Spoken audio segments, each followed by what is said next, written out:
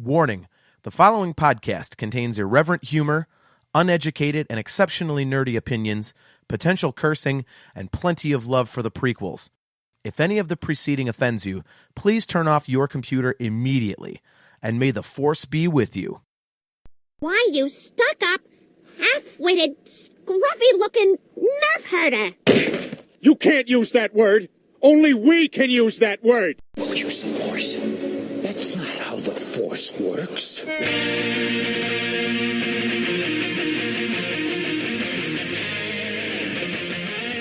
You're tuned in to the Nerfherder Council, your source for Star Wars opinion, conversation, and debate.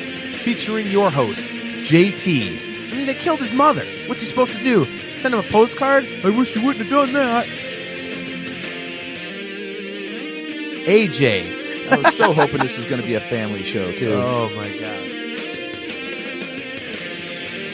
Steve. It's our goal to be played over the loudspeakers in the bathrooms during celebration.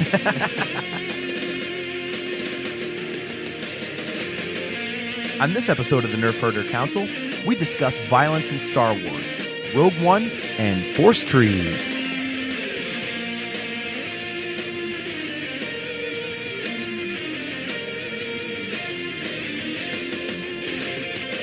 This is the Nerfherder Council. Welcome, everyone, to... God damn it. Well played, sir. We're back! Well, we're back on another episode of the Nerfherder Council. I know better than to try and do that again because it's just going to be left in anyway. So... We're learning. Don't you wish you knew how to use editing software? Oh, I'm just the talent on the show. I'm not the production guy. But I am back after a week's hiatus. Actually, at this point, it's more like a 3-week hiatus, I think. It's been a while since we actually did a full episode, I think. But thanks, everybody, for checking out the episode that we just put out a few days ago, interviewing our new friends on Blob of the Hutt. Hopefully everyone checked that out and enjoyed it. I know I did. I actually did not listen to the raw interview footage, or audio, I should say, because Dropbox sucks, and so I never got it.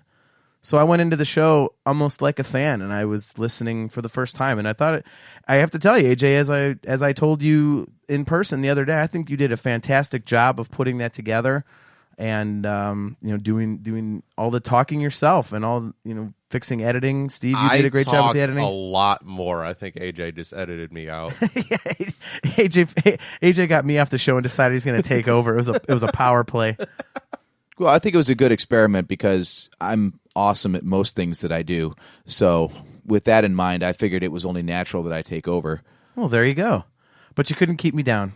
It took me getting violent. Like your weight. Yeah, right. It took me getting violently ill and coughing up blood to get off the show. So, I do have to thank you. I do have to set the record straight a little bit on a couple things you said. I appreciate you covering for me, but the truth of the matter was I was not at the Cleveland Cavaliers parade. I had gone to the parade that morning, and people were incredible douchebags, and so we left. But I did manage to make myself violently ill from lack of sleep and exposure to varying temperatures and all sorts of things. So thank you for making it sound like I was actually doing something that precluded me from being on the show. Well, don't sell yourself short, buddy. You were the one that was up at 2 a.m. to catch a train downtown at 3:56 a.m. to go get in line. No, I was up at midnight to get to the rapid transit station at 2 a.m. to catch the 3:52 train. So I was running on 2 hours sleep, about 2.5, because I did sleep a little bit in the car in the parking lot. So yeah, you were a hot mess by 11 a.m. when I came over. I was completely and utterly beat. I had played a couple shows with my band the weekend before, so my voice was thrashed from that, and I don't sleep well when I'm not at home, so I was tired from that. I beat the heck out of myself, and it finally manifested itself in my immune system, apparently. So if you hear me coughing on the mic tonight, I'll be off the mic, but I'm still rocking a pretty decent cough. Even, 7-8 days later, I've been chugging Robitussin like it comes out of a tap. Well, I give you a load of credit because you were downtown for Game 7 also. You were in that massive humanity. Yep. And then, 3 days later, then here comes the parade, and you got up at midnight and did your part again. Yep. Well, when you're a Cleveland sports fan like I am, I know we all are, but I'm kind of really insane for my Cleveland sports. When you haven't won a professional championship since 1964, you make sacrifices to be a part of as much of that experience as you possibly can, because you never know when it's coming again. Hey, this is actually pretty cool. I just looked around the table and realized all of our gear. Normally, we're all Star Wars head to toe for this show. Instead, we've got support local MMA on Steve for Stipe Miocic. Did I pronounce that right? Yeah, close enough. All right. So we got the UFC heavyweight champ in Cleveland here. We got Stipe. John's got the red and navy Cleveland Block C baseball cap with the Chief Wahoo T-shirt going on for our first place AL Central Cleveland Indians. Excuse me, the Cleveland Windians. 10 wins in a row, and they're up 2-0 in the middle of the fourth inning as we speak. Well, why are we recording a podcast? Yeah, then? we should go watch the Tribe. And I've got the Land Cleveland Cavaliers T-shirt on myself. I'm wearing the same gear I was rocking for every game that we won in the finals. You can see where our allegiances lie, definitely. But I mean, it's a great time to be in Cleveland. I mean, we're finally winning something, and Thursday night they're going to replay Believe Land, that 30 for 30 documentary, and they have a new ending that is actually not the sad clown ending of LeBron coming back and losing in the finals last year. It's actually the movie with the happy ending, and I know for me it's going to be pretty emotional because I rewatched it after we won the championship, and I was like, this movie just feels so much different knowing that we actually have a championship. Oh, here we go. Now Steve's got his Cavaliers championship baseball cap on. Nice. I forgot I had that down there. So, real quick, I do have a tiny piece of Battlefront news, and then I want to get back to the interview with Blaba before we hit tonight's topic. I have an announcement to make. Actually, two. First one's kind of minor, but the new Bespin content, the DLC, is fantastic. I think they're my favorite maps in the whole game. But the important announcement is, after having the game since the day it came out last November, I have finally flown the Millennium Falcon and the Slave One. Woohoo! About time, buddy. Nice job. There's our bumper. Back to the front. Yeah, I finally found those things, man. And first time I flew the Millennium Falcon, I was hollering in the living room. I was like, yeah, take that, you bitches. That's right. Han Solo's alive. And then I realized, this happens before episode 7. But, still, it counts. I flew the damn ships, finally found those little icons. And so, Boy, wouldn't that be the simplest of updates for them? If they just wanted to put in at least a little sequel trilogy content, just change the radar dish on the damn model and you're done. Yeah, right? Well, actually, speaking of that, I did see a tweet today that Amazon and one of the other retail sites actually has a pre-order link up for Battlefront 2. That Already? Someone found. Yeah, someone found it. It's 2017, but so apparently that's, we should hear something about it probably Celebration Europe here coming up in a few weeks. That'd be great. I'm so looking forward to that. Yeah.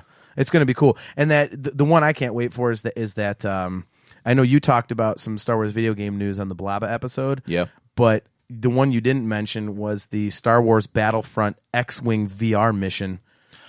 Oh, that's right. All the season pass holders will get that mission, so we won't have to pay for the game, but you have to have the PlayStation VR and the PlayStation camera. So my wife is already really annoyed because I looked her dead in the eye and said, I'm dropping $400 on this, right? You're dropping the price of another PlayStation for a peripheral. Oh yeah, if I could fly an X-Wing in virtual reality, hell yeah. She's just lucky it's not the Millennium Falcon. I don't care what that costs. If I was flying the Millennium Falcon in VR, holy crap. What about you, Steve? You've got 3 consoles and Skylanders gear and Lego Dimensions and all kinds of other crap choking up your living room. Yeah, I do. You going PlayStation VR? Nope. Still don't have a reason to own a PlayStation. It's VR. It's VR, yeah. It's Star Wars. I don't actually, as far as the video games go, is PlayStation. Don't care about Battlefront because I'm fine with the one on the Xbox. But they did announce God of War 4, which means I might have to convert over to the dark side and get a PS4 at some point. For God of War? Oh, God, greatest PlayStation game ever. Wow. I don't know about that, but What other PlayStation game that's like exclusive to PlayStation is any better than that? Uncharted. Crap. No, those are Metal really Gear good Solid? games. Those are really good male versions of Tomb Raider. So. Right? Well, that does make them better. Oh boy. Thanks for making it sexist. Yeah, right. A week after we have an interview with the female podcast host. Anyway, back to Battlefront. Yeah.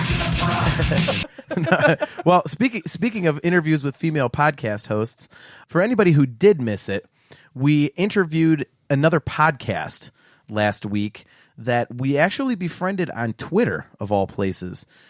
And they're called Blob of the Hut. And I thought it was incredibly informative because rather than kind of turning into one of those, well, how did you do it? How do you podcast types of things, which, I mean, we did get information from that, but it was really cool because their lead host, Jamie, actually worked on set for episode 8. So he has insider knowledge of how the movie works. He met the actors and Kathleen Kennedy and stuff. So if you haven't listened to it, go check it out because it actually is a discussion about what's going on the set of episode 8, how a movie works behind the scenes. One question that I would have asked in a second is how much of the story he was exposed to. Obviously, he can't tell you things that he found out about the plot and whatnot, but I'd be interested to know if he was exposed to anything that was pretty spoilerific. And you did not ask that, and that's the one thing that kept going through my mind. I'm like, what did he see? Well, he got into that a little bit towards the end. He did say that there is a lot of stuff that he wasn't saying, and he wasn't giving us anything that he wouldn't give to anybody else because, let's face it, that's just a professional courtesy. Yeah. He's on set. You keep your mouth shut. I'm sure there's tons of stuff that he saw that he's not saying. Yeah. I mean, there's plenty that we can infer from what he reported. I mean, we know that they were filming at the location of the first Jedi Temple. Yeah. And we know that Kylo Ren is there with Luke and Rey. So obviously there's a confrontation going to go down. Yeah. And we know Rey is running at some point since she had a running double. Yes. A running double. You believe that? A running double? That sounds like something I would have. So there was 3 Reys running around. So wrap your head around how cool that must be. Wow. All right.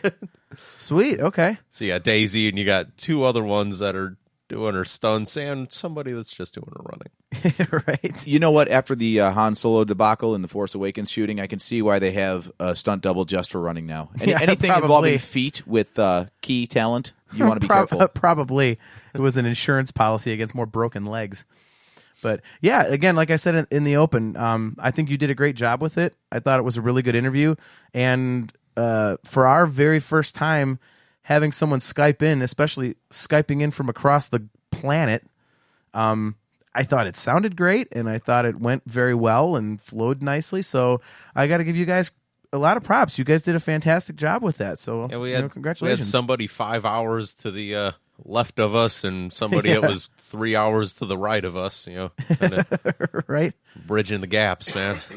Yeah, that was nuts. I got to say, hats off to Jamie and Kate. But Jamie did so much of the talking there. It wasn't really like I had to do very much. Just, tee it up and watch him just hit it out of the park. Yeah.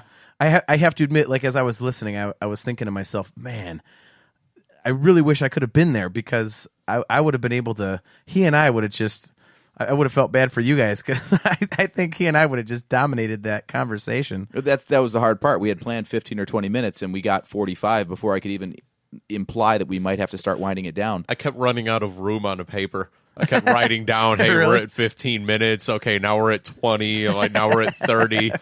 I wrote, hey, we're an hour really big on the page. Nice.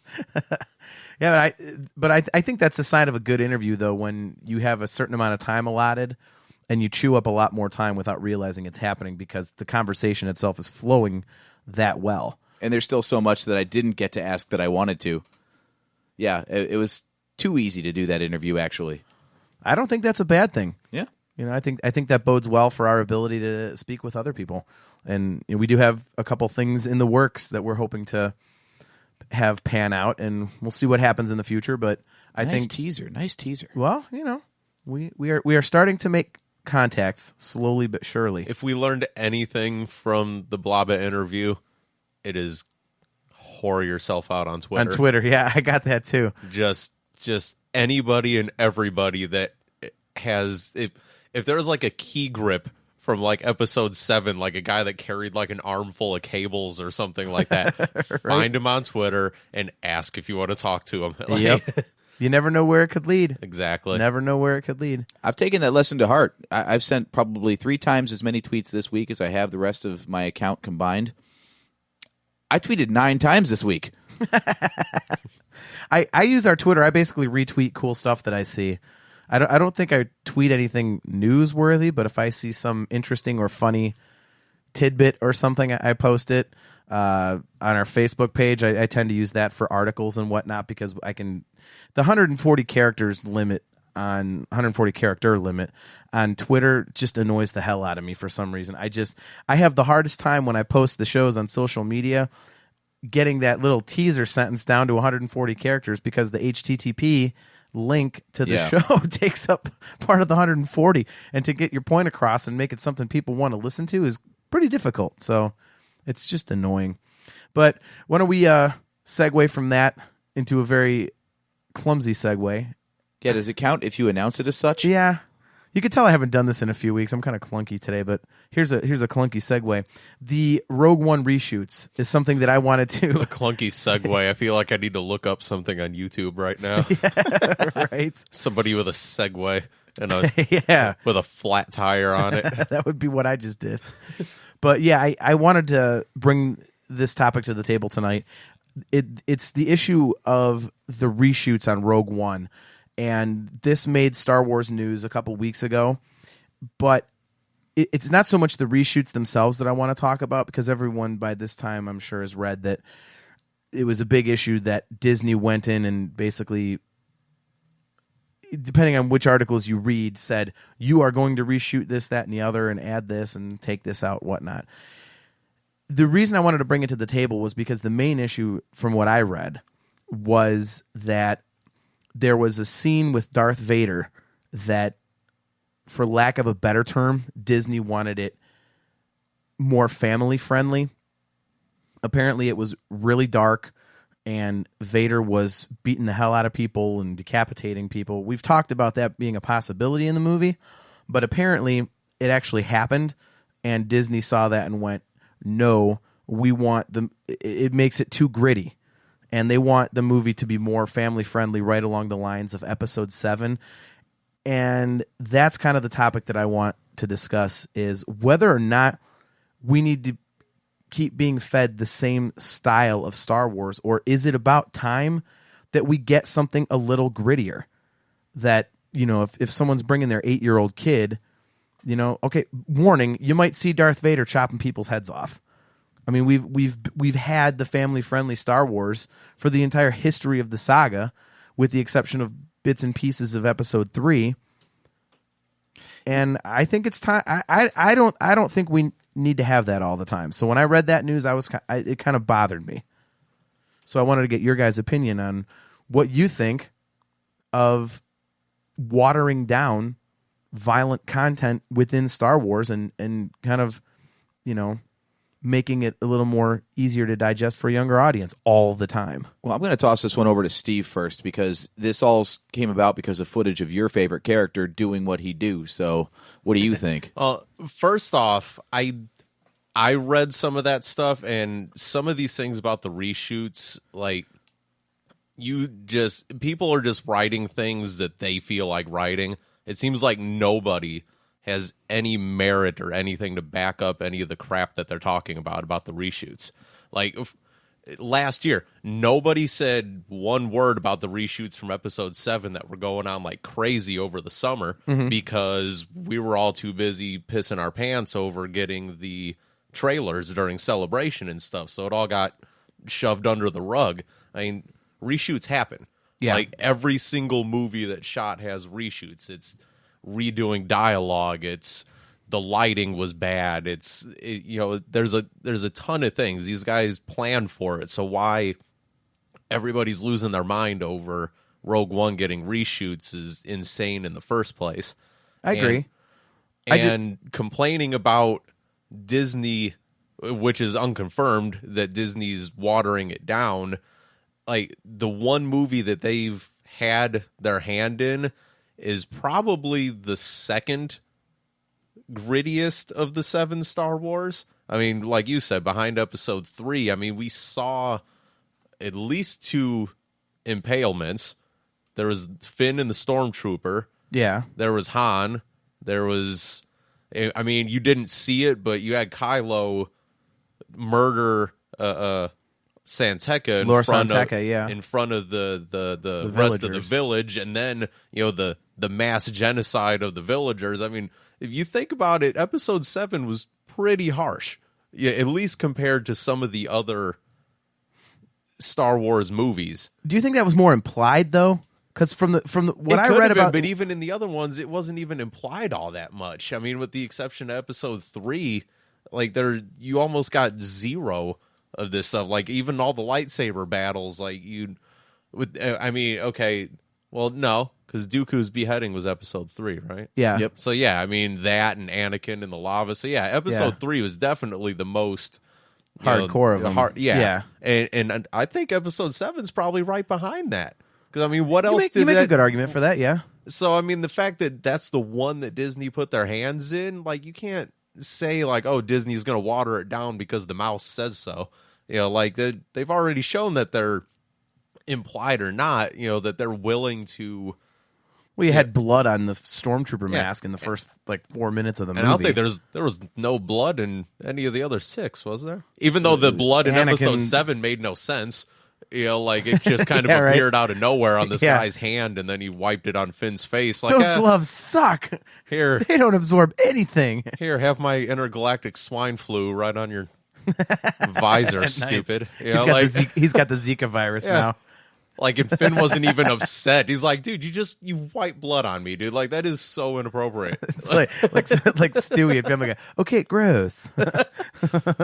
Well, that's why I wonder about it, because, like I said, I think it's more implied. I mean, when they gore people with a lightsaber twice in episode 7, there's that, yeah.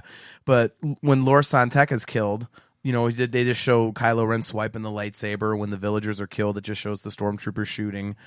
And from what I've read, the general tone of Rogue One is that of more like a Saving Private Ryan, like a gritty, realistic war movie. And the fact that they're trying to kind of soften that, that just strikes me as something that isn't needed. I think it would be a really cool addition to the Star Wars universe to have something more realistic. And again, it comes back to Darth Vader. We talked about this on a previous episode. I think everybody in the Star Wars universe wants to see Darth Vader using the Force to use rebels as a human shield while he's decapitating people and stuff. I mean, who doesn't want to see that? Is there a single Star Wars fan that's like, no, I don't want to see that? I don't think that person exists. I really don't. No, I don't think the problem is the level of violence with Darth Vader when it comes to matching the character. I think it's more down to continuity, because we know Anakin was a great Jedi. He had skills like no other with the lightsaber, and Vader is pure hatred and evil. He's rotting in himself right now. He's completely absorbed in the Vader persona. Anakin is buried to where no one can even reach him at this point. So you understand he's going to be this way. The worst we ever saw before, as far as Vader being on the warpath, was Empire Strikes Back. I mean, how many admirals did he just straight up choke out in a row? And no one even brings that up. Steve, you completely overlooked that in your list of most violent Star Wars films, strictly because when you choke someone, there's really nothing to it. Like, yeah, you see him gasping for breath, but there's no decapitations, there's no impaling. Yeah, there's no weapon involved, and you don't actually see the killing blow land. But I do see where if he's going all crazy, like prequel Anakin style acrobatics all over the battlefield, that doesn't line up very well with what we see Vader do in the original trilogy. So maybe they just went too far with the style of combat that Vader was doing instead of the violence that Vader was inflicting. Well, 5 days ago, Entertainment Weekly was apparently out on the set of this, and they were interviewing everybody from, Gareth Edwards to Kathleen Kennedy and everybody in between, and they said that Edwards reiterated that the hard scrabble vibe of the movie has not been undermined. He said, quote, I definitely describe it as it's got a dark tone. The studio has been very supportive of that. I mean, the sort of tone we were going for when we started was the tone you have in films like Empire Strikes Back, and that has not in any way been compromised. Okay, but Empire Strikes Back, again, is not a gritty war movie. But still, the people that are coming in saying like, oh, well, Disney's stepping in and saying, oh, you got to make this family friendly and this and that, like that's he just that sounds that sounds like a backtrack to me. Yeah, I mean, there's saying that it's no worse than any other Star Wars movie has been before is a complete backtrack. That was the hook of this one, was we're going to try to take it in a different tonal direction. Yeah, we've heard that it's a gritty war movie for ever since this was announced and started filming and whatnot. That's what we've heard. And now it's no worse than Empire Strikes Back. It's about the same. That is not what we have heard. And Kathleen Kennedy says it was billed as a Band of Brothers style combat tale, and it hasn't been altered. We'll see. Band of Brothers is more, it follows that war vibe. So yeah, I don't think there's anything to worry about. Like, yeah, obviously to keep a certain rating of not getting it into rated R territory, like you can only push the envelope so far, but I don't think for 1 second that Disney's stepping in and saying, oh, well, it's Disney, so you guys got to tone this down and make it for children. I don't think they're doing that one bit. I hope not, because if they have all that stuff and then they cut it out, that would really kind of upset me, because it's something that I would want to see. I almost kind of think about it in terms of the way I look at horror movies. Like horror movies to me, like thrillers, are not really scary to me when they just imply something happened. The ones that scare me are things like Saw, where you see, a blade going through someone's face. Like when you have to face the fact that you're going to see something disgusting or something really upsetting, that's what's scary to me, because I'm like, oh, okay. It's as a horror movie buff, and it's gonna pain me to even say it right now. The first Hostel movie, beginning of the movie, guy sitting in the chair that gets his Achilles sliced. Yes. Oh my! Yeah, the absolute pain that I felt sitting there watching that. Yeah. I'm like, oh god! But dude, I can watch Freddy versus Jason or something like that. Yeah, and I think that's a perfect that guy got comparison. impaled in the cornfield. Yeah, but see that's what I'm saying is, like, you can read on a piece of paper, oh, he has his Achilles snapped. Reading it in a book, okay, and you can imagine it. But when you're actually seeing it, you're going, oh my god, that's horrible. But there is that part of you that's like, yeah, like, don't pull any punches. I think a lot of people have that outlook. And where Darth Vader's concerned, it's kind of like, you've had the Freddy versus Jason Vader so far, where you kind of see everything for the most part, but you haven't had the Hostile version where, okay, he's going to chop someone's head off with a lightsaber and do all this gnarly stuff, but you haven't seen it. So I don't think there's anything wrong with actually, seeing that on the screen. And I really hope that they're not trying to water the movies down to eliminate that kind of content. Well, apparently we're not going to get that Vader anyways. Why? From what I read, they said he's going to be a secondary character in the movie. Which makes sense. Yeah. Says he's more of a symbol of fear than someone who drives the plot. So yeah, he's going to be. Kathleen Kennedy said he's going to be in the movie sparingly, but at key strategic moments, he's going to loom large. I really hope they show him. I hope it's not one of those things like where with Luke Skywalker in Episode 7, where you get like 30 seconds of Vader. You're like, oh man, because they're going to put him in the promo material at some point. He's going to be in there. You can't have a movie with Darth Vader and not let people know Darth Vader's in it. Like we talked about before, it sells tickets.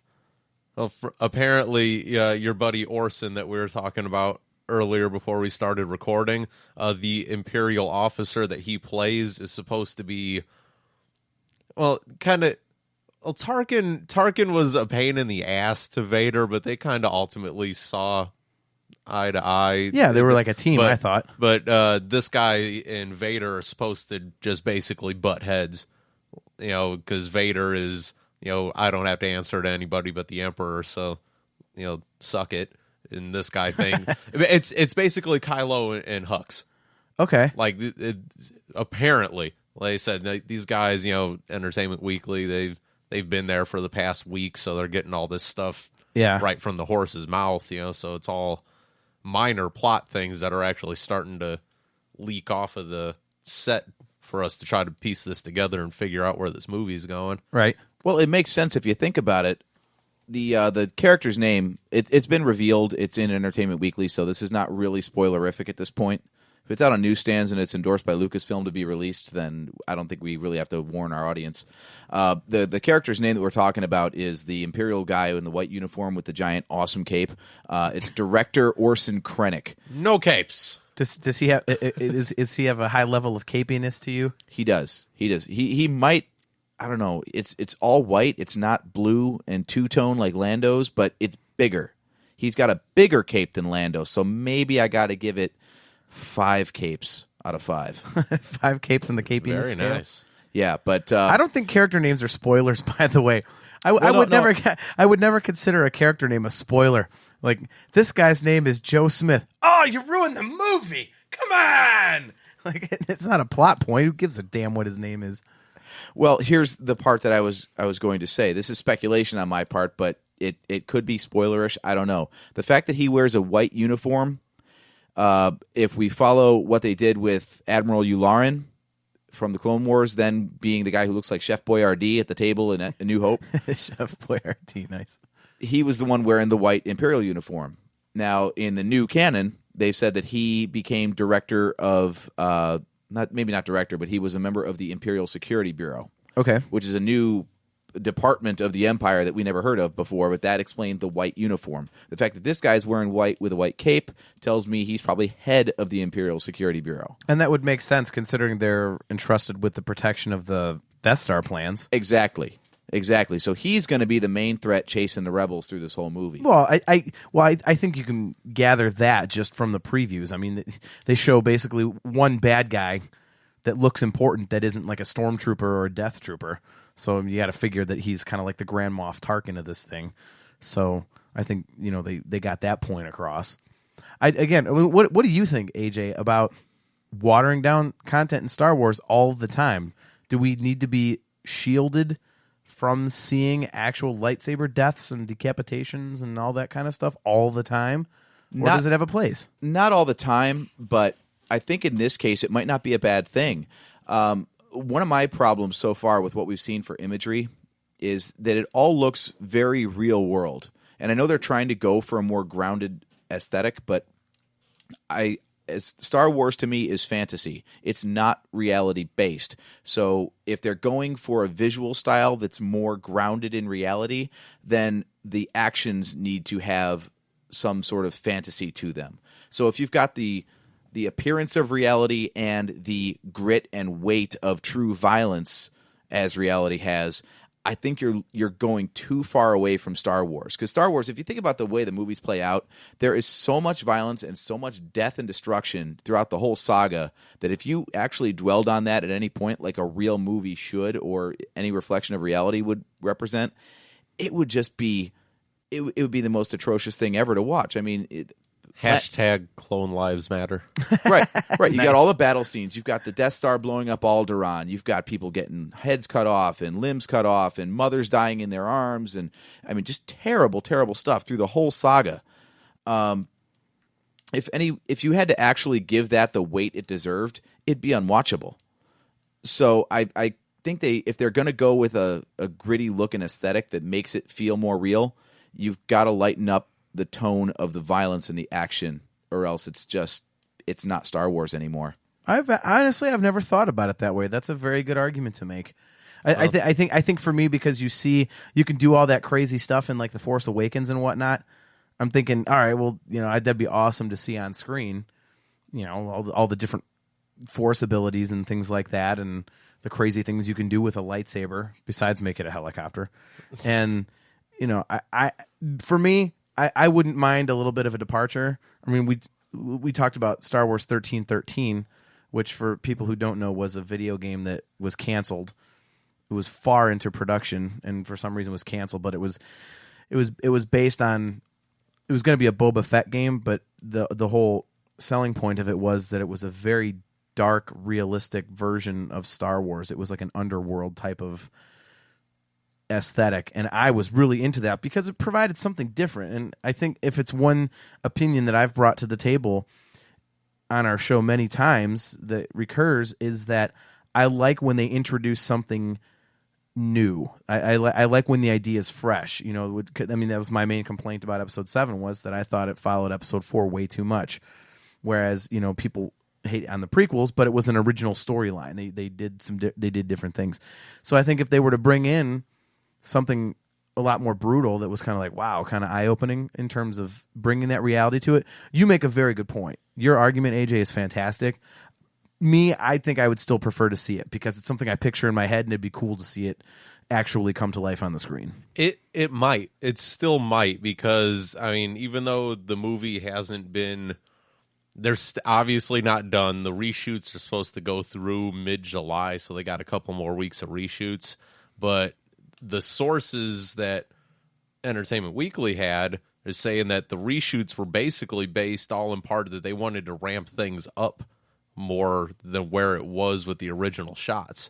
So they like more action in the shots? Yeah. Okay. Like they wanted to get more emotion and more action into some of the stuff they were doing. So maybe they looked at it and said, this is too family friendly, and we got to stick our hands in there and try to get this thing a little darker because it's what we advertised to everybody about this thing. That would be an interesting twist to the story if they were actually making it worse rather than better, so to speak. Maybe director's cape wasn't flowing enough. Yeah, they said all the reshoots Capiness. are wrapping up right before Celebration, which means we're probably going to see a somewhat decent amount of there has to material at Celebration this year. Well, no, if you think about it, not decent amount. we're 5 months. We're 5 months removed from the movie. AJ, they have to show stuff. Didn't we think that with Force Awakens too? But we did. We got the main full trailer, the first one, and we saw a bunch of characters and stuff. They had artwork and everything all over the place. And We've already had a trailer of that length for Rogue One, though. okay, so we'll get another one. Again, it's 5 months out. You can't have a celebration and have a new Star Wars movie 5 months away from being released and go, we've already shown you a trailer. You know the uproar that would cause? Well, and it's like these guys were saying on their website at Entertainment Weekly. They said it's hard to know what they're doing, you know, because they're not going to give us all the details on these reshoots. But they said a lot of people are saying that the tone's being shifted away from the heavy war film to a lighthearted movie, which is what we started with. And these guys are all saying there's no way that you can take a movie, reshoot that much, completely change the tone, and have that movie ready to go in December. If they bump this thing back a year, it's completely valid arguments. But there's no way that you can sell it as something, completely reshoot it to get the other side of the coin, and still drop it this year without it looking like a complete piece of dog crap. Yeah, that's true. No, that's a good point. They're not going to back up the release date on this thing at all. There's way too much that goes into the timing of these releases. They're way too far along in the process now, especially to be backing with things all up. these movies. You can't, if you bump this thing back, you're bumping 6-7 more movies backwards because you can't release this before, or you have to release this before episode 8. Yeah. And if you bump this thing back, it's that means you're bumping 8 back another 6 months to a year, and then you're bumping the Han movie back, another year, and you're bumping the Naboo Star Pilot movie that they're probably making at some point Naboo back Star another Pilot. couple years, and The Rick O'Lee spinoff. exactly. The Tito Jackson starfighter pilot. Yeah, and remember, Disney's competing with themselves for box office space. So they move back this movie, then that throws off also their Marvel slate as well. So yeah, they're set. Like, I'll give you an example. You remember The Hobbit when that was in production and how that was originally supposed to be 2 movies? Right. Well, Lego, produces sets off of all these movies, and they have their lineup. They develop these things a year in advance or more. That's why sometimes the stuff doesn't actually match the source material very well. Like Kylo Ren's shuttle from Force Awakens, people are complaining about that set big time. It's $120, and it's the wrong color and doesn't work like the ship in the movie. The wings don't move. Right. But the reason is they get a very early draft of the script and basically prototype sketches to work from so they can begin their development process while the movie is still in production. So in the case of The Hobbit, for example, it was originally 2 movies.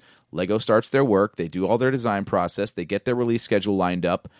They start producing the sets. Then all of a sudden Peter Jackson pulls a swerve and says, nope, it's 3 movies. Now they got to slap a sticker on the box that says it's a special preview set because they had produced things that were based off of scenes that were no longer in the movie coming out. So to be this close to the release date, they couldn't possibly yank it and push it back at this point because there's too much merchandising and other factors involved to let them back it up at all. Yeah. The whole Force Friday push this year is all based around the Rogue One release. They're going to do that again? After the flop Force? that last year was on Force Friday, they're going to actually try to do it again? What day is Force Friday? September 30th, Friday. I believe. Okay. Yes, it's Friday. Force Friday will be Wednesday, November. Will be known as Freedom Friday on a Tuesday. it'll be like Black Friday, which actually starts like on a Wednesday. It'll just keep moving back. Oh, yeah. So Rogue One stuff is already planned. I've already done my digging online to see what the Lego sets are going to look like for it, too. And so, I mean, everything's all ready to go from a merchandising standpoint. They can't not put that stuff out now, so they better have a movie to back it up.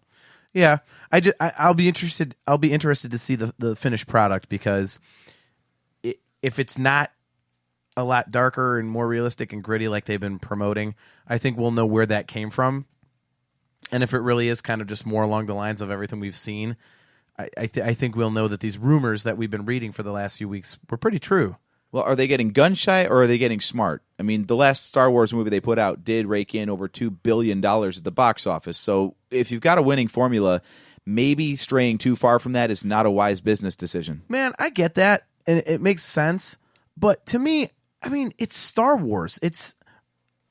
You're going to make a ton of money irregardless. I know that's not a word, but I mean, it is. We talked about Cleveland sports when we started this. This picture perfect. It's like the Cleveland Browns, dude. Like if they know you're going to spend your money regardless, they're not changing a damn thing. Yeah, I mean, you put out a Star Wars movie, people are going to. They the don't care if you like it or not. They just want you to buy the tickets. Well, wait a minute, though. Wait a minute.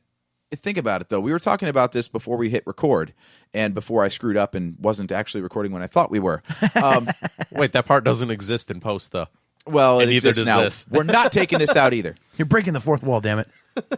That thing's been shattered a long time ago. That's okay. Especially on this show, yes. Yeah, but like we were talking about before, as far as like the tone of Star Wars and what makes Star Wars and all that kind of stuff that goes into making it feel like Star Wars, you've got to push the envelope sometimes. Like we were talking about the comment from last week's interview with the Force tree being in the comics and the rumor that there's a tree on the set of Episode 8 now that could be the same tree. And we're like, oh my God, that's such a stupid idea. Well, if you don't bring anything new to the table, then you're just regurgitating old ideas, and that was your complaint about Episode 7. Yeah, but okay. Since you mentioned it, can we transition to that? A Force tree? I've now heard that referenced a couple times, which worries me because if midichlorians were stupid, a Force tree is even more dumb. I mean, the Force comes from a tree? That just sounds so ridiculous. I mean, that's the best you could come up with? Well, it comes from the rock, the tree. Dwayne Johnson has nothing to do with Star Wars. Nice. No, but I mean, seriously, I know it comes from all living things, but to say that like the genesis of the Force is like this one really powerful tree, that just say it out loud. Just Luke Skywalker goes with Rey, he points to a tree, he goes, "That's where the Force comes from." Like, really? The Force isn't too powerful if you can end it with an axe. That's what I'm saying, man. Okay, so the bad guys are just going to chop the Force tree down. Oh, we beat you. Yeah, if a good dousing of weed be gone can take it out, then Wouldn't that be great if it's a Force tree and Vader comes and chops it down, And then Luke goes to do a force push and nothing's happening. He's just waving at people. He just looks like a crazy old man because the force is gone now. All because they chopped down a tree. Well, okay, they didn't say that the entire force comes from the one tree. Okay, it's not the source of all things force. Oh, that should be a tagline for our podcast, the source of all things force. Yeah. Moving on. Yeah. we could go up with promo ideas later. That sounds way too good to be with our name, though. It has to be done. There's someone else listening going, that's already our show. Yeah. Plagiarize. Live production meeting. Yeah, right on the air. No, but okay, so I can get behind the idea if they're going to say that there are certain objects that are more, not force sensitive, but force imbued, I guess. Like, okay, Have a stronger force density. right? Yeah, I'm okay with that as long as it's not contradicting anything that came before, and it's kind of an interesting idea to think that there are certain objects or things that grow in the galaxy that possess more force than others. I'm more comfortable with the idea of midichlorians than I would of a tree. Well, Yoda lived in what looked to be a hollowed out tree. He had to take a dump somewhere. Now there's force in the tree. So you're saying Yoda's dumps are the source of the force? It could be. Again with the ideas we give him. It turns into some type of, the fodder turns into, something that helps the tree grow, and it's got Yoda's life force in it. Not the fodder. It's the Yoda poodoo. It's force and it poodoo. helps grow more force sensitive greenery. If doo-doo is good for me, then poo-doo is good for you. That, friends, was my awful Dusty Rhodes impression. Right? So what if Yoda's house is the base of the force tree? That actually, that's not a bad idea. I'm okay with that. Like he was living at the center of the force. Well, what about this? You're talking about midichlorians, right? Okay, midichlorians exist in your cells, right? Yeah. According to Qui-Gon. So any living thing, like a tree, has cells. So apparently this tree has more midichlorians in its cells than other trees. Things have midichlorian counts. Yeah. See, that's why I never had a problem with the whole concept of midichlorians, because I just thought it was Jedi and Sith and people who are force sensitive. They just have the ability to communicate with or manipulate the midichlorians more than the average person. So I was like, okay, that I didn't have a problem with that. So right, that's why it didn't bother me. But the idea of the force coming from a tree is just, it seems kind of, I don't know. At least it's a living thing. They're not like, hey, you see that boot over there? The force boot. Yeah, that's my force boot. Check out, see those Doc Martens over there? The left one's the source of the force. The right one just helps me walk comfortably in the snow, but the left one, whoo, that's a powerful boot. I was normal, and then I put that thing on, and I was kicking ass all over the galaxy. I made a lightsaber, you name it. I was pushing crap through the air. Woo! That boot, man. Thank God I bought that pair. I was actually about to go for a different pair. I was going to go for Skechers, but I settled on Doc Martens. I'm glad I did. That must have been one force-sensitive cow that came from. Right. Now we're on the force coming from a cow.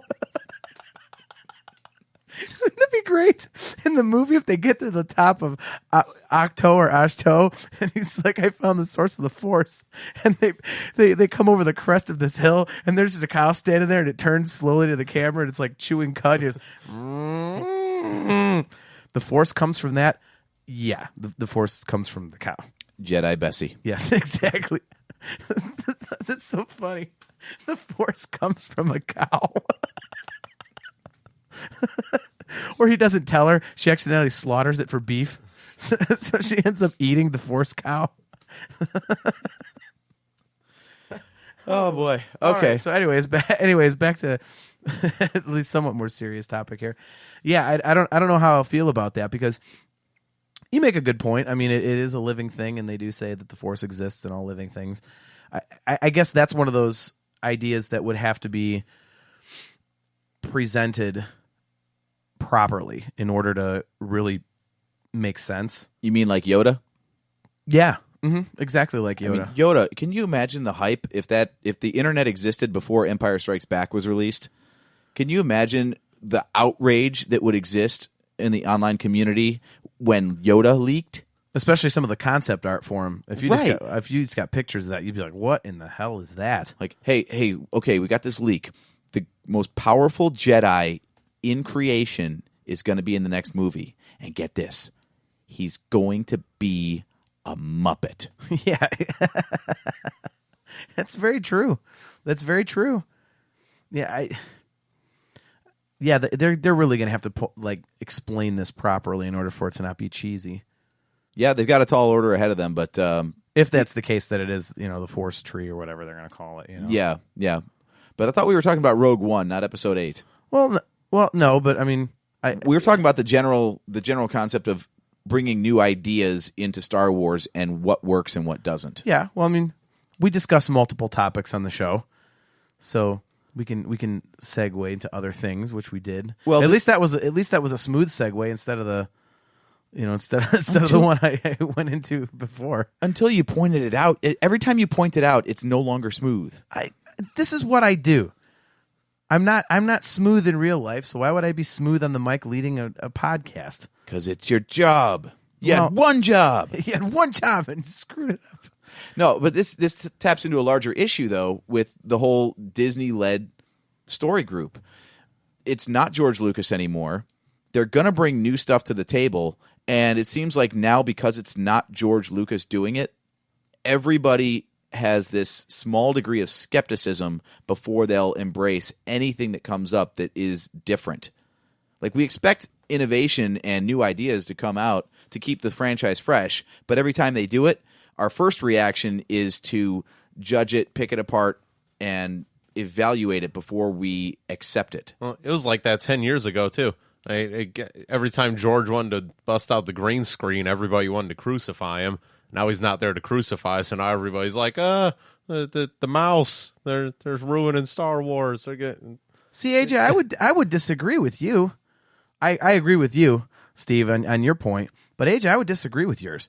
I think there was such a, as Steve and I discussed on a prior episode, the cool kid backlash against the prequels, that people are just blindly accepting The Force Awakens as this Godfather-esque piece of cinematic perfection and not really scrutinizing it like they would a normal Star Wars movie. Okay, well, let's take this for an example. Kathleen Kennedy has said they've not yet decided if Rogue One is going to have an opening crawl or not. So, do you think the opening crawl is a required component of a Star Wars movie? Yeah, we talked about this. It has to have one. Why? Because that's what a Star Wars movie has. So what? It won't feel like a Star Wars movie without a crawl. So what are required parts of a Star Wars movie, and what can you push or change? Well, I mean, that's a bigger question. But in your mind, picture a Star Wars movie starting and no crawl. You can't just have the Star Wars theme hit and nothing be on the screen but blank space. Yeah, but JT, this whole movie is the cinematic equivalent of an EU novel. If you want to be truthful about it, everything that they're putting out, including the saga films, is the equivalent of an EU film because George Lucas is not involved. Yeah, but if you're not labeling it as an episode, you're officially making it not part of the main saga. But again, picture it. You can't have the Star Wars music hit and have nothing on the screen but the opening credits. You've already got somebody besides John Lucas, yeah, right? Yeah. John Williams doing the score. Still, am I wrong? You can't have it go. Is that what's going to hit? Clone Wars movie didn't do it. Clone Wars series didn't do it. Okay, those are cartoons, and the Clone Wars movie was so abysmal that it's... It was George Lucas endorsed, though, and it had a different opening fanfare. Okay. It had the theme, but it was a remixed version of the theme by Kevin Kiner. Okay, first of all, that wasn't good. Second of all, I hated that they did that. A Star Wars movie has to start with a long time ago in a galaxy far, far away, and then the music hits and Star Wars goes off in the distance, and then you get a crawl. That's how it starts. You can change other things all you want, But that is how a Star Wars movie starts. That's just the way that it works. It's been established in 7 movies now. You have that, and then the end goes. That's it. It bookends it. That's just a staple of a Star Wars film. That's how it has to be. And personally, I feel that way too. With that said, I can see the argument being made, kind of like you mentioned the cool kids making fun of the prequels thing. It falls along the lines of you're never going to please everybody, so you're going to have a 50-50, that's going to go, you can't have Star Wars without the crawl and the theme, and then you're going to have other people that are like, oh no, well, that's EU, quote unquote, or that's not an episode, so that's disrespectful to have the crawl and this and that. Like, you're gonna have people are gonna bitch about it. Do you really think regardless. there's actually gonna be people saying that? Really? I think there's gonna be. We had the prequels, we got the original trilogy, we got the beginning of a new trilogy. I think Rogue One, these Star Wars stories movies are going to build another demographic of Star Wars fan that, yeah, you're going to have people that are going to look at just these movies so much more different than they would in episode 4, 5, 6, 7, 8, whatever, that they're going to, I think, yeah, they're going to find things. Everybody's going to find things to pick apart.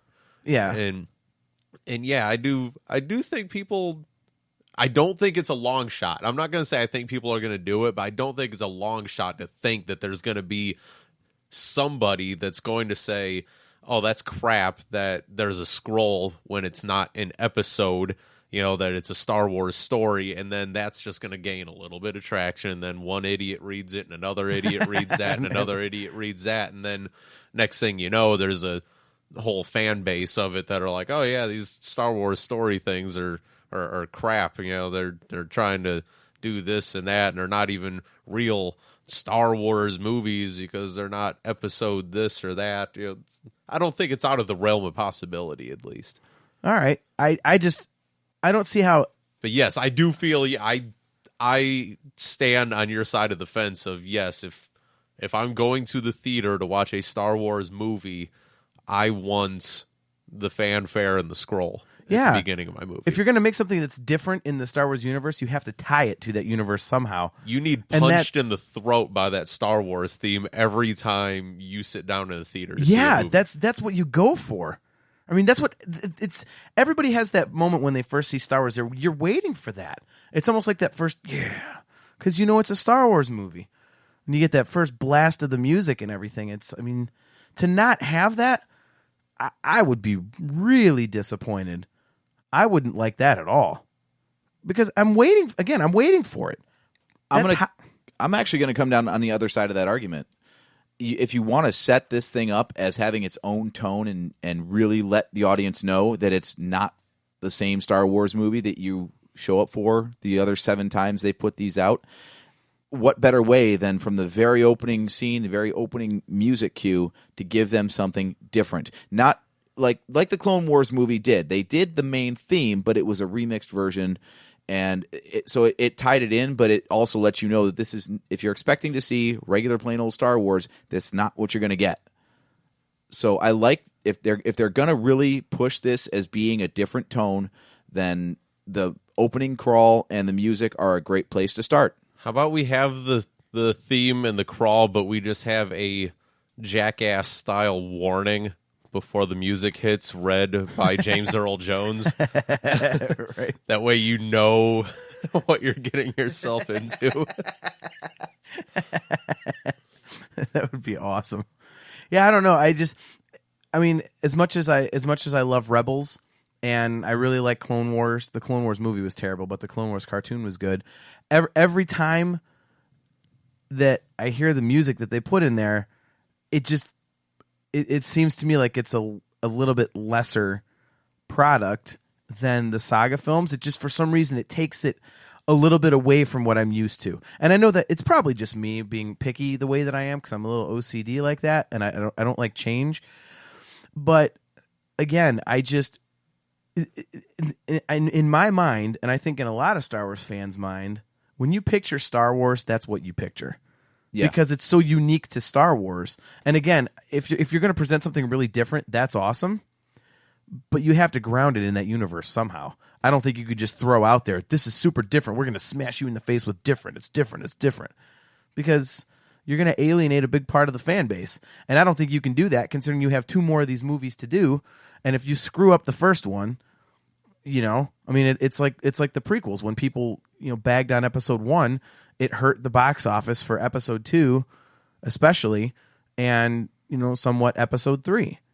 Because word got out that this has messed up Star Wars a little bit, and so people didn't want to give the next one a chance. So if you really screw with Rogue One, and word gets out that it's I don't know about this, it's gonna hurt the Han Solo story and whatever the third movie's gonna be. Well, so you've got a problem there. Then you've got. I get what you're saying, and that's actually a really good point. If the opening theme matches that of the episodes, to me, then it sounds like they're putting this story up on the same pedestal as the saga. Do you want that? Do you want these standalone stories to be portrayed as just as important as the 9-episode saga, or do you want to establish them as supporting material, for lack of a better term? I wouldn't look at it that way personally. I would look at it as these are part of that story. I don't want it to feel like it's some ancillary thing, because then to me it doesn't really matter as much. Instead of tree branching it off, you just want to be able to fit it on the same level between episodes 3 and 4. Exactly. Separate but equal? Yeah, I mean, it's not going to be equal because it's not a saga film, but I think it tells, especially Rogue One, tells an incredibly important story. So I would like it to be treated similarly, because the story matters. I mean, when you're talking about stealing the Death Star plans, that's a huge story to tell. And it might be the biggest untold story in the Star Wars universe, really, considering it sets off the entire thing, really, when you really get down to it. It's like, okay, well, we stole the Death Star plans. Okay, how did that happen? So, I think you have to treat it like that. Otherwise, if you try and make it just like an offshoot, it's more like one of the cartoons, where it's just these, ancillary stories, which it is an ancillary story, but it has importance to the greater saga. And I think to lessen that by trying to make it a lot different, I don't think it's a good idea. See, and that's where I'm wondering the story is going with this one. We know that they steal the Death Star plans, so how much of what goes on in this movie can really be of importance? I know this is the same argument people had with the prequels. Like, we know Anakin's going to become Darth Vader. Why do we have to watch movies about it? Well, but I think so. Yeah, I'm wondering, especially because they're doing such a good job of tying one thing to another now. I'm wondering what we're going to see in Rogue One that is going to, of course, be felt somewhere else in the saga later. They're not just going to introduce all these characters and scenarios and never make mention of them again. Yeah. Well, I mean, I think this movie has the same burden that Episode 3 had, where you go into the movie knowing exactly how it ends. So the burden is on the delivery of the events leading up to that ending. Is it cheesy or is it original? It's like I've said about Episode 3. They could have just had Anakin, well, I'm mad at the Jedi, so now I'm a bad guy. And they didn't do that. That's pretty much exactly what they did. No, they didn't. They had a love story. They intertwined it. They did something different than I'm angry, now I'm a bad guy. And they didn't put anything else around it. I mean, there was, he was trying to stay good, and he had the whole pregnancy thing. It was more than just I'm a good guy, I'm a bad guy. And in Rogue One, it's going to end with them stealing the Death Star plans. But is it just going to be like a bunch of guys going on a mission into the Imperial base and stealing it and running out like, oh, we got it, like capture the flag? I mean, are we going to see 2.5 hours of capture the flag, or or is there going to be some, like you said, something with larger implications that we're going to see later? Well, the nice thing that they've got with this story is there was no detail provided about how those Death Star plans were stolen. So all the characters they're introducing, and however the story itself plays out, you don't know the fates of anyone involved with this. Yeah, it's very new. I'm excited for it for that reason, because it's, like the prequels, it was a new story that we had no idea what was going to happen.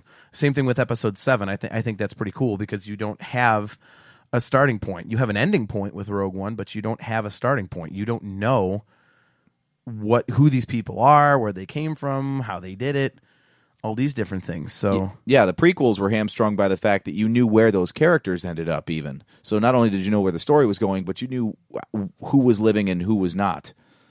Whereas this one, you got no idea. All you know is that eventually Leia's getting them. That's it. Mm-hmm. Outside of Leia getting the plans by the end of this movie, how that happens, anybody's guess. Yeah. I like that aspect of it. I wasn't as into the trailer as you guys were, I think, because there was some scenes that looked like it was like ninjas in Star Wars, and I've been on record as saying I don't know how I feel about that. I would have been a lot happier to see Darth Vader in that trailer. So hopefully we get a nice new trailer at Celebration. Again, you have to, because like I say, I mean, when we were at Celebration Anaheim, all the buzz was Episode 7. That was, I mean, we saw the Anovos. They put out their, the Episode 7 Stormtrooper stuff, and they had the suits from the movie with like the flame troopers and all that, and the snow troopers, and I mean that literally, as we discussed on our Celebration episode, the May the 4th one. That's what Celebration was created for, was a hype machine for the new movies. Really, that's how it started in '99. And you remember that trailer? You got the Chewie "We're home" at the end of it. Like I said, not that I'm going to try to do it because I can't do the Darth Vader breath. Yeah, right. But like that's all that trailer needs at the end of it. Like his silhouette and the torso light bright, and the breathing. Like and one scene, him walking down a hallway with his lightsaber igniting or something. Yeah, like that's all it needs. And you could give us the same trailer at Celebration, throw that at the end, an extra second and a half, it makes it 20 times better. Yeah. I wouldn't be surprised if they're waiting for Celebration Europe to have the reveal of Darth Vader footage. Well, they're telegraphing it pretty strongly with the Celebration art. It's a mashup of Rogue One and Episode 8. So is it? Yeah. Oh, yeah, it's beautiful. I've got it as my phone wallpaper. I haven't seen it yet. I have to admit, as huge of a Celebration guy as I am, I haven't paid attention to anything for Celebration Europe because to me, I'm not going to see it. I'm not going to be there. So I'm just like, okay. I'll get it on the internet as it, happens. That we got some those 3 insiders days this year, though. Yeah, that's true. That's very true. That's going to be pretty cool, actually, to bring it around full circle. That's actually going to be pretty cool to be able to talk to those guys and be like, all right, did you see anything cool that we should know about? Yeah, so John's looking at the key art right now, and yeah, it's a mashup. You've got a big mask of Kylo Ren up in the upper left-hand corner, Rey holding a lightsaber pointing down right next to him, Finn and Poe, and then you've got Rogue One characters. Oh, I'm sorry, there's Luke hiding there too, old man Luke. But then you got Jyn Erso, you've got all the other main rebels, and you got X-Wings, classic X-Wings streaking across, and ATs with the palm trees from the Rogue One trailer. They've got the whatever that new type of trooper is down there too. So it's all imagery from Rogue One, complementing characters from Episode 8. Don't forget to cut out that 6 seconds of dead space when I leaned over off the mic and was just looking at a picture. That was riveting. Just everything died. People Makes for great radio. Yeah, did my stream stop? Well, now I can't because you just said it. Yes, you can. And now it exists. Hey, again, we've broken the fourth wall so many times on this show. It might We can only do that. been 2 seconds, so we might actually have to extend it to a full 6 because that's what he said, right? Yeah, AJ? just leave it in there so that it sounds like it actually happened. Yeah, we don't want to make it sound like you're a liar or anything. Yeah, right. Yeah, no, I mean, Where's my 6 seconds? You said it was 6. yeah, Celebration Europe, I think we're going to get some really cool stuff. It's got to be the reveal of Darth Vader. You would have to assume that's because with what they did at Celebration Anaheim, where they had the whole thing streaming, basically, you're going to have that stuff going out live and the information hitting. So that's going to be an ultimate marketing opportunity to just hit the internet, just bombard the internet at once with, hey, Darth Vader's in the movie. Yeah, and Entertainment Weekly's been doing an info dump all week with this stuff. So there's anything that they want you to know, they're putting out already ahead of Celebration, which means there's got to be something that they're not putting out in Entertainment Weekly, so they have something in reserve to wow everybody with. Yeah, it's like the Apple developers conference or the Apple keynote every year, where it's like, oh, and one more thing. Yeah. There's always that one last second. Oh yeah, like JJ did with the trailer at Celebration Anaheim with the opening panel. Yeah. I don't know. I'm looking forward to it, but to the original point, it has to have the opening crawl and the typical ending. I mean, it's a Star Wars movie. It's just something you have in a Star Wars movie. It's like watching a Monday Night Football game without the game started dun dun dun dun dun dun dun dun dun. If you don't have that music, it doesn't feel like Monday Night Football as much. True. That is my hope. I want to go into this movie and after having seen it, wonder how I felt the saga was complete before I saw this. Yeah, and that's part of what their goal is with these stories. I think is to really tie everything together and questions that people have, like we've talked about many times, wanting to know the whole Sifo-Dyas thing. Mm-hmm. Like, okay, well, they mentioned this, and it is a huge cog in the wheel of how the Clone Wars come to pass, but we don't know that story, so that people want to see it. So if they're going to make a movie about it, it has to be something that you leave the theater going, oh wow, all right, this is now. There's so much more to the Star Wars saga because I have this, 2.5 hour movie in it. So, well, on that note, I think we can close up shop for this week. Touched on a lot of different things, and not a bad return after a 3-week absence for the three of us being in the same room. I don't know about you guys, but I missed it. I'm always excited to do the show, but I was driving over here like, man, I miss talking about Star Wars. Well, I was here doing that, so I don't miss it as much. Way to crap on my moment. That's what I'm here for.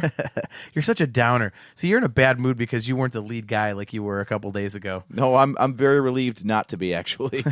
I don't even like listening to myself for that long. You see, it's funny you mentioned that because I always listen to our podcast and I try to listen for things that I do poorly or do well so that I can, review my performance. And my wife always makes the comment, you sure do love listening to yourself, don't you? I said, well, I'm trying to improve. It's not because I'm some egomaniac that's like, listen to me talking about Star Wars for an hour and a half. It's no, because I don't want to suck. So if I hear something that sucks, I make a mental note to not do that sucky thing ever again. So after 13 episodes, we're still doing the same suck. Yes, but our listenership is gaining traction, so that's good. Yeah. We went from like 12 listens of the first one. Now we're in the 90s, so we're doing something right at some point. Now we're gonna hit a ceiling at like 101 for like the next year. Just keep banging out them tweets. We'll be all set. Yep, it's all about Twitter. We just got to stay off of David Prowse's eyes and not offend people. And I do have to say one last final thought. I bet that was one of our best segments we've ever done. I feel bad about it listening back to it, but that was so funny. That I must have listened to that line that you pulled about, you are part of the rebel life and a traitor. Take away. I must have rewound that 50 times if I did it once. I don't know what it is about that, but it made me laugh so hard. Yeah, folks, we don't script this stuff, obviously. So if you don't like the bits that we do, we didn't know it was happening either. Yeah, hey. We're staying blame Google image search for that one, dude. Oh, God. Dude, I was looking that up the other day. All I searched for was his name. I didn't ask for David Prowse cockeyed photo. That was the first one that came up with his name. But again, we're totally hitting the mark on our goal for the show. Our goal for the show was just Star Wars discussion, like we're a bunch of dudes just sitting around talking, which we are. And we just decided to put mics in front of our face and record it and throw it on the internet. And we are definitely hitting the mark on that. And try to cuss way less. Yeah. Dude, that David Prowse bit, though, I was checking to make sure everything was uploaded correctly after we transferred hosting, right? So I, every time now, just to make sure I got the platform down, I double check it, make sure it's all good.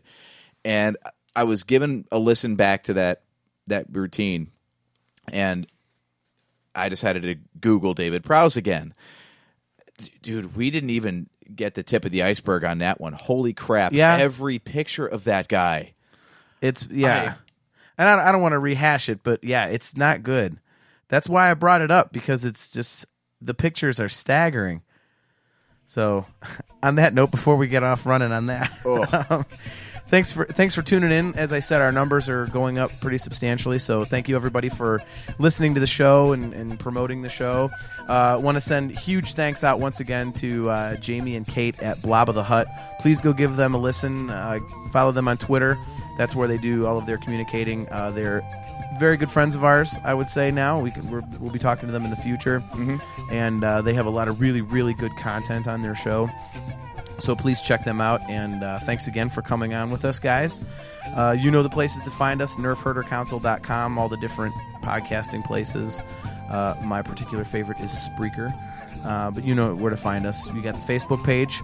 You have us on Twitter at NHC Podcast. So keep in touch, send us some feedback, let us know what you're thinking, and we will catch you on the flip side. I am your host, JT at Dog Pound Jedi. He's AJ. At Drake Adams 579. He's Steve. At JSteve1005. And we'll see you next time.